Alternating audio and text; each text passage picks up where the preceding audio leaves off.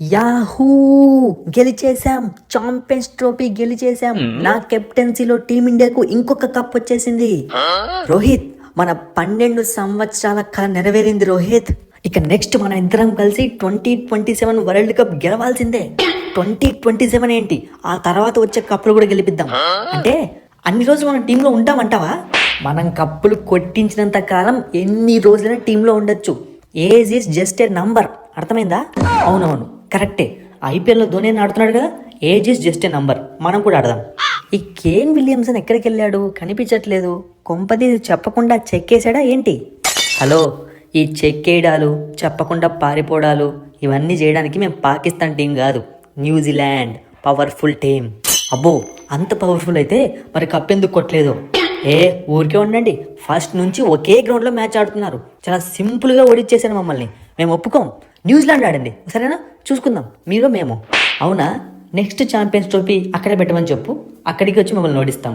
ఇక్కడ నుంచి టీమిండియా గెలవడాలు మాత్రమే చూస్తారు మీరు, ఓడిపోవడాలు కనిపించవు మీకు. అయినా కేన్ విలియమ్సన్ ఆ డారెల్ మిచెల్కి ఏమైంది? టెస్ట్ బ్యాటింగ్ అనుకున్నాడా ఏంటి? కొంపతీసి మనకి టెస్ట్ మ్యాచ్ అని చెప్పారు ఇది. హలో, ఎవరిని అలా తక్కువ అంచనా వేయకండి.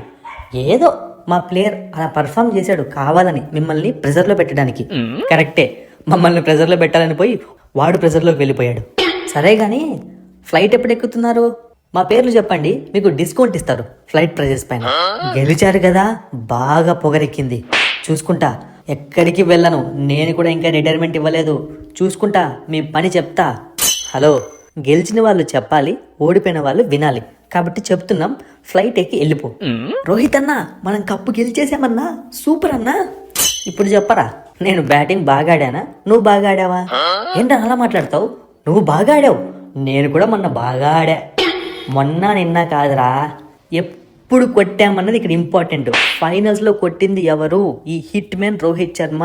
అవునని ఒప్పుకో. నేను ఒప్పుకోకపోయినా అందరికి కనిపిస్తుంది కదన్నా నువ్వే కొట్టావని. ఇంకా ఎందుకులేలా దెప్పి పొడుస్తావు?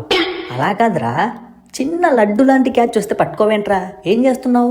చాటింగ్ చేసుకుంటున్నావు ఏంటి వాట్సాప్లో ఫీల్డింగ్ చేయకుండా? అంటే హెవీ సన్, ఎండ మొహానికి కొట్టింగ్ వద్దు రోయ్. ఎక్కువ లాగామనుకో తెగిపోతుంది. నెక్స్ట్ మ్యాచ్కి తీసి పక్కన పెడతాడు. అంటే కొంచెం కన్ఫ్యూజ్ అయ్యా అన్న, సారీ. నెక్స్ట్ మ్యాచ్లో బాగా పడతా. నెక్స్ట్ మళ్ళీ మనకు ఫైనల్ రాదురా.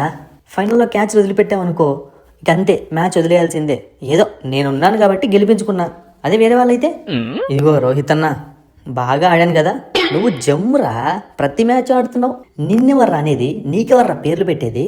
మరి ఆ బీసీసీఐ జైషాతో మాట్లాడి నాకు కొంచెం అట్లా ఆ బీసీసీఐ కాంట్రాక్ట్ ఇప్పించు. ఇంత బాగా ఆడుతున్న ప్లేయర్కి కాంట్రాక్ట్ లేదు అంటే బయట ఇమేజ్ డ్యామేజ్ అవుతుంది. నాది కాదు, మీది.